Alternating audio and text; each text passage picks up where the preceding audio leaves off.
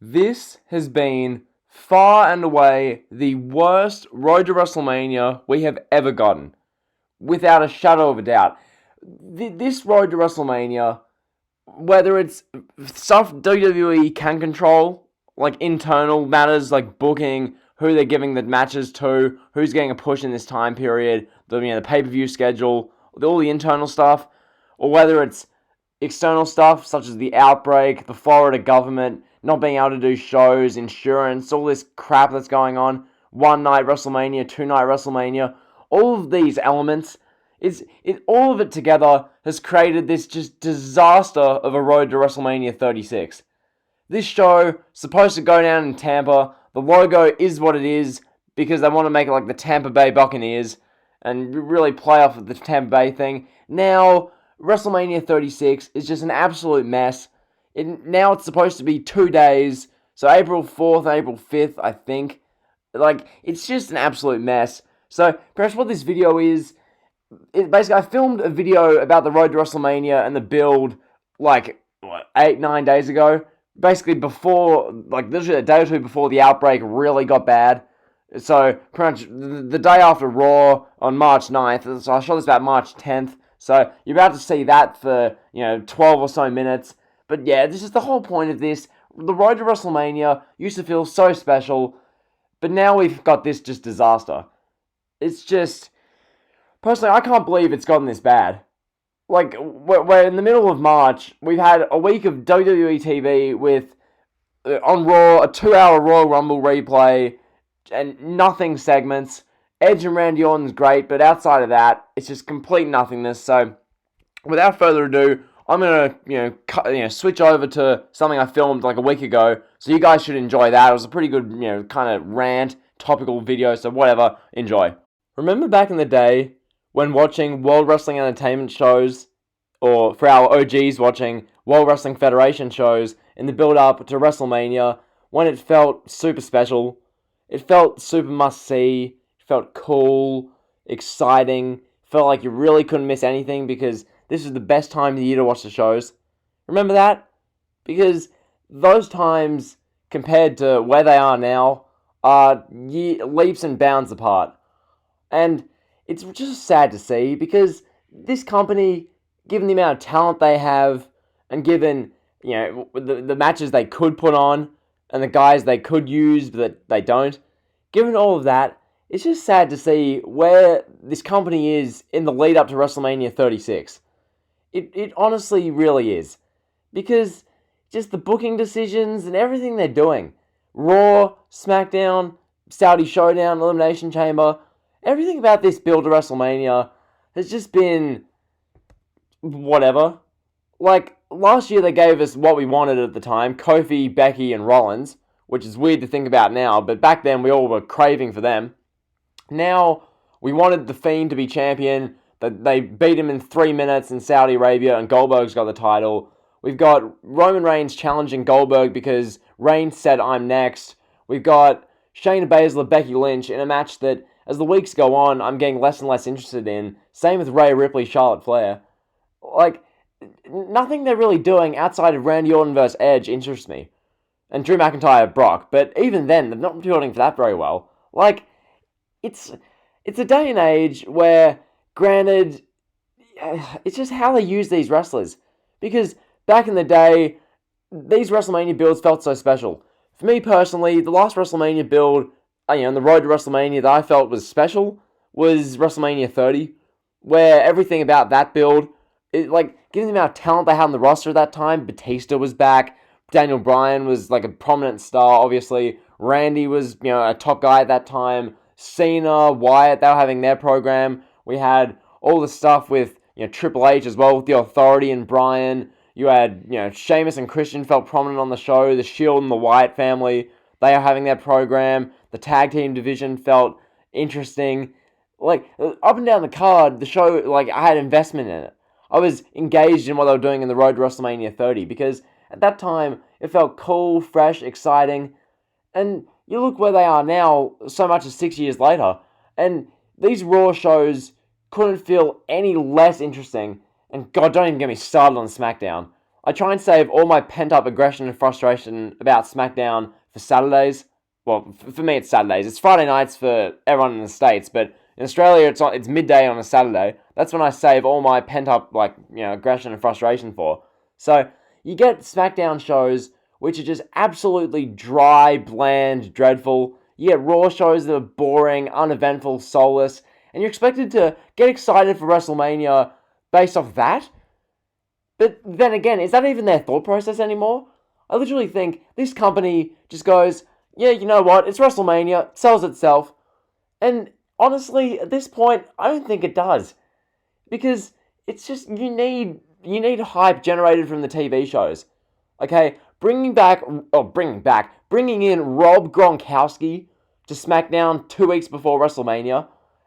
Why? Why? Can that not be saved for after WrestleMania? When SmackDown and Raw and all the shows are inevitably going to be absolutely god-awful and unwatchable?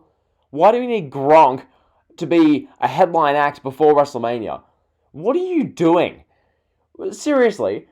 Because Raw this past week for March 9th, that show, outside of Edge and him getting revenge and AJ Styles' promo on The Undertaker, it felt like the random build-up to either a Saudi show or a Battleground, aka Stomping Grounds, or a Clash of Champions, or a TLC.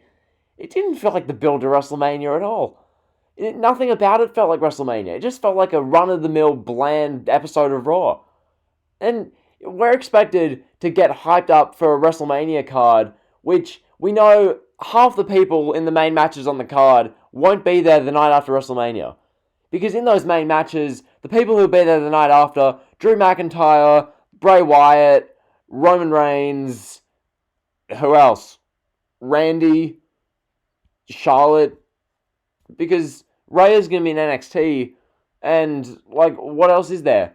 Becky Lynch is probably going to go on an hiatus after WrestleMania, so she'll be gone as well. If you're doing Rollins versus Owens, don't care to see that, I'm sorry. This WrestleMania card, granted, on the night, I expect the show to end up being a B, a 7 out of 10 show, but that's not the point. It's about the journey to WrestleMania. I don't care to see just a good a good spectacle show. Because I can go back and watch WrestleMania, X, Y, Z if I wanted to see that. I could watch any just WrestleMania on the network if I wanted to just watch a big wrestling show. I want to feel invested in the build to this WrestleMania. I want to feel as a fan like I must see these matches. And outside of Randy Orton vs. Edge, nothing gives me that feel. Because none of these storylines connect you at all. That's the other big issue. What are these storylines going to WrestleMania? What are they doing on TV? Becky Lynch, Shayna Baszler. What's the story? Shayna Baszler's friends with Ronda, and then Shayna just destroyed the chamber, and then Becky Lynch is calling her out, and Shayna bit Becky's neck. And Becky Lynch thinks she's Elton John, Conor McGregor, and she's strutting around. It's just, I can't get myself to care. Roman Reigns, Goldberg. Okay, I know the match will go no more than 3.5 minutes, probably have 8 spears in it, a jackhammer, a Superman punch, and Reigns win the title. And what's the story to get us to the match? Goldberg buried the Fiend, and then Roman Reigns came out and said, I'm next on SmackDown. That's not a storyline. Spear versus Spear, okay. Great, that doesn't need the title. And so then, the Fiend versus Cena. What's the storyline there? Sorry, there is a storyline, the Bray Wyatt getting revenge on Cena, but what's Cena's investment? What's Cena's character motive? Okay, this is pivotal to the show and the story. Why should Cena care? Cena cuts a promo saying that he doesn't want to take a WrestleMania spot away from people, so he proceeds to have a match against someone and take a spot away from people at WrestleMania. It makes no sense. If Cena was on the road to 17 and trying to get that 17th World Championship, and the Fiend held the Universal title, then that's your money matchup. Cena wants 17, the Fiend wants revenge. It's so easy to book. But they couldn't do that. Instead, we've got Goldberg, Roman, a 3-minute Universal title match where Reigns is going to win. And then what? Those are your 2 marquee matches on SmackDown. And it's completely it's the wrong way around. Because Bruce is a complete clown. So those are your marquee matches on SmackDown. Rhea Ripley, Charlotte Flair, what's the story there? Charlotte Flair says Rhea's entitled, and then they're fighting for the NXT Women's Championship to give NXT ratings. And because no one wants to see Charlotte Flair Bayley or Charlotte Becky again. That's the other reason. Like, there's no hype for that match. No one I hear talking about WrestleMania has mentioned Charlotte Rhea. It's happening, and it's involving Charlotte Flair, but I hear no hype about it. When I'm talking and engaging to my followers and my subscribers in the community, I'm hearing about Drew McIntyre Brock. I'm hearing people complain about Goldberg Roman, complain about Cena Fiend, and mention how, The Undertaker Styles is interesting to some people and not to others. I'm not hearing anyone talk about these women's matches. Like, no one cares. No one cares to see Charlotte Flair versus Rhea Ripley. Why should we care? So you've got that match, and you've got, what else? Randy Orton Edge. Awesome. I can't wait to see it. That actually feels like WrestleMania. They're giving us a storyline, a reason to care, something that feels like we're only seeing this on the road to WrestleMania. A feud this big. But then what?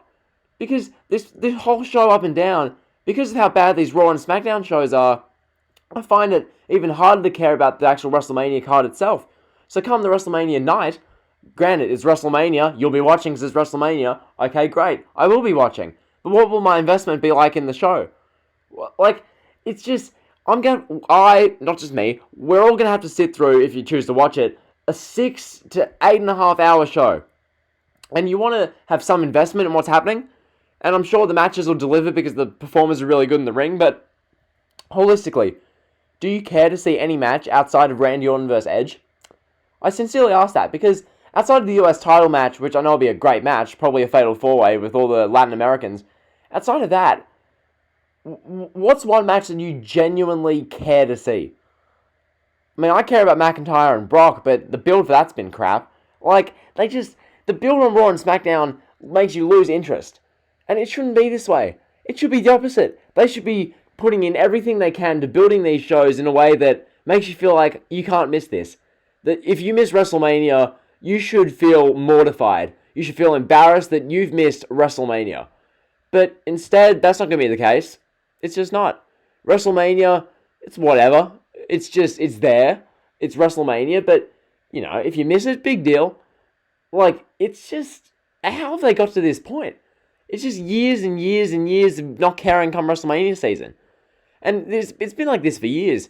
WrestleMania 31, I remember that show had a horrible build-up. It was literally Triple H and Sting doing a segment each week. Brock and Reigns had a tug-of-war for the title. And then that was literally it.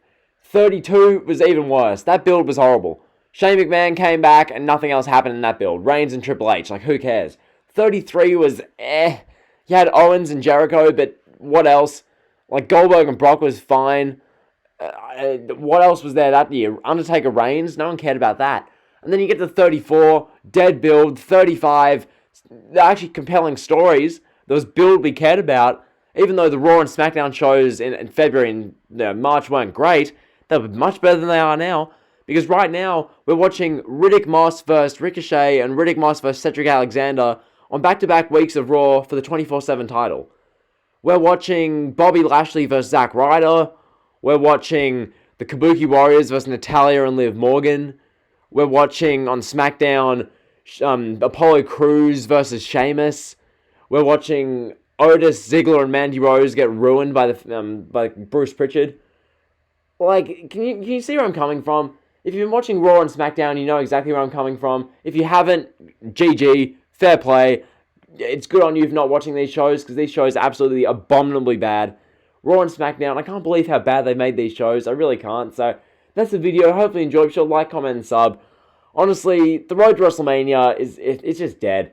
They don't care. They're just getting through weeks of TV because they know we'll watch anyway. So, can't be bothered with this company. See ya.